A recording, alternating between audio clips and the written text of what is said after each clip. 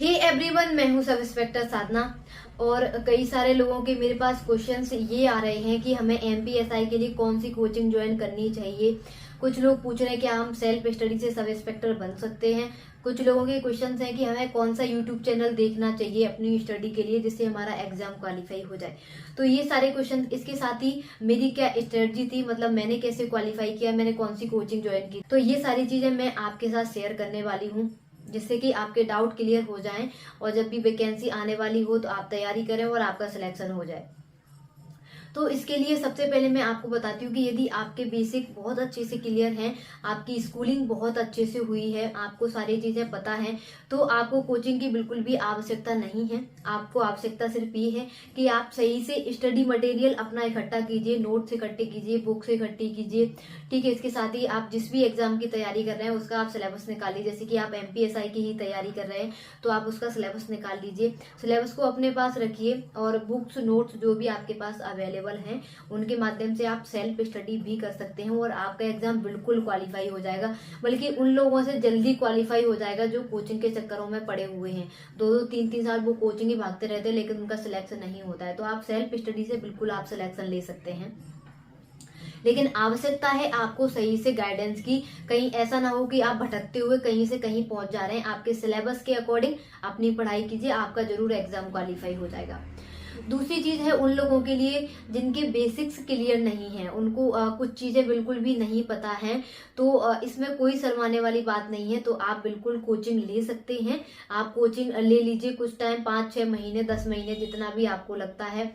देखो, मैं आपको एक चीज बताऊं, कोचिंग से कुछ नहीं होता है। आप 4 साल 6 साल 10 साल आपको जितना जाना है आप कोचिंग जाते रहिए। आपका सिलेक्शन तब तक नहीं होगा जब तक कि आप खुद से मेहनत नहीं करेंगे, खुद से अपना स्टडी मटेरियल तैयार नहीं करेंगे। क्योंकि कोचिंग वाले आपको बता देंगे कार्य ये होता है, शक्ति ये होती है, ठीक है, ये सारी चीजें, जो भी स्टॉक मार्केट ये होता है, स्टॉक एक्सचेंज ये होती है, ये सारी चीजें वो आपको बता सकते हैं।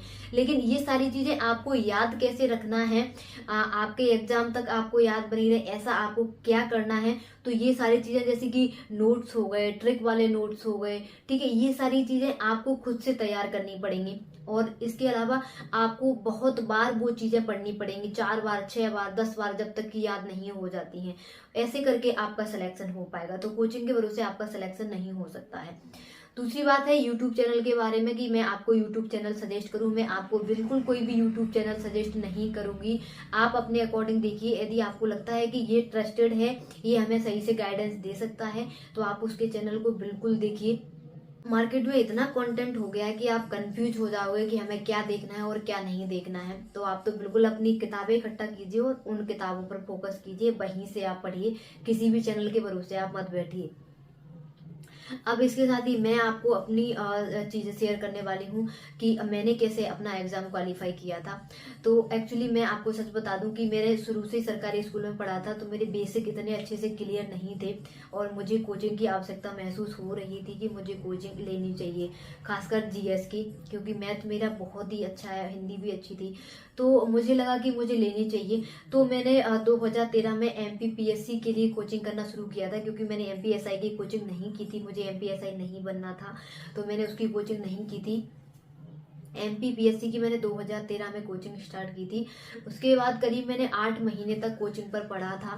तो मुझे चीजें वहां से समझ में आ गई थी कि हमें क्या करना है और क्या नहीं करना है। मैं आपको सच बता दूं, कोचिंग से पहले मुझे ये भी नहीं पता था कि कोई भी एग्जाम होता है तो उसका कोई सिलेबस भी होता है, मुझे ये भी नहीं पता था। और उस टाइम क्या यूट्यूब का इतना क्रेज नहीं था। अब तो यूट्यूब पे जो लोग सक्सेस हो चुके, जैसे कि मैं हूँ, तो मैंने अब मेरा जो 3-4 साल की मेहनत का जो मेरा सार था वो मैंने सब सार आपके साथ शेयर किया हुआ है कि आपको क्या करना चाहिए और आपको कौन सी गलती नहीं करनी चाहिए। तो आप बहुत जल्दी सक्सेस हो सकते हैं यदि आप उस चीज को फॉलो करते हैं। तो अब मेरे टाइम पे ऐसा नहीं था और मेरे पास मोबाइल भी नहीं था, तो मैं ये सारी चीजें नहीं देख पाती थी कि मुझे क्या करना है क्या नहीं करना।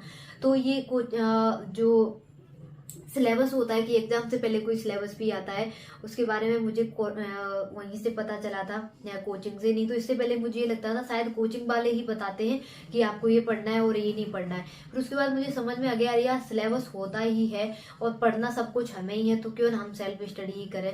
तो फिर मैंने कोचिंग बंद करके और सेल्फ स्टडी, अपना सिलेबस रख के सेल्फ स्टडी करना शुरू किया था।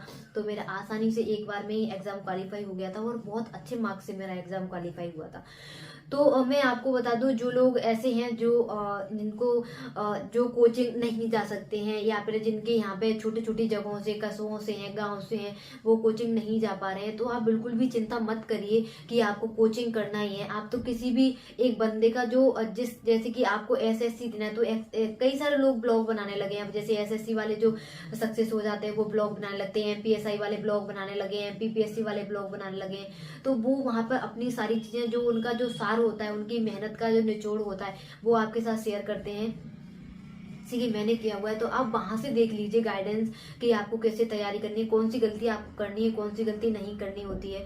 तो वहां से देखकर भी आप तैयारी कर सकते हैं। तो आप इस चिंता को छोड़ करके और अपनी तैयारी को जारी रखिए। So thank you so much.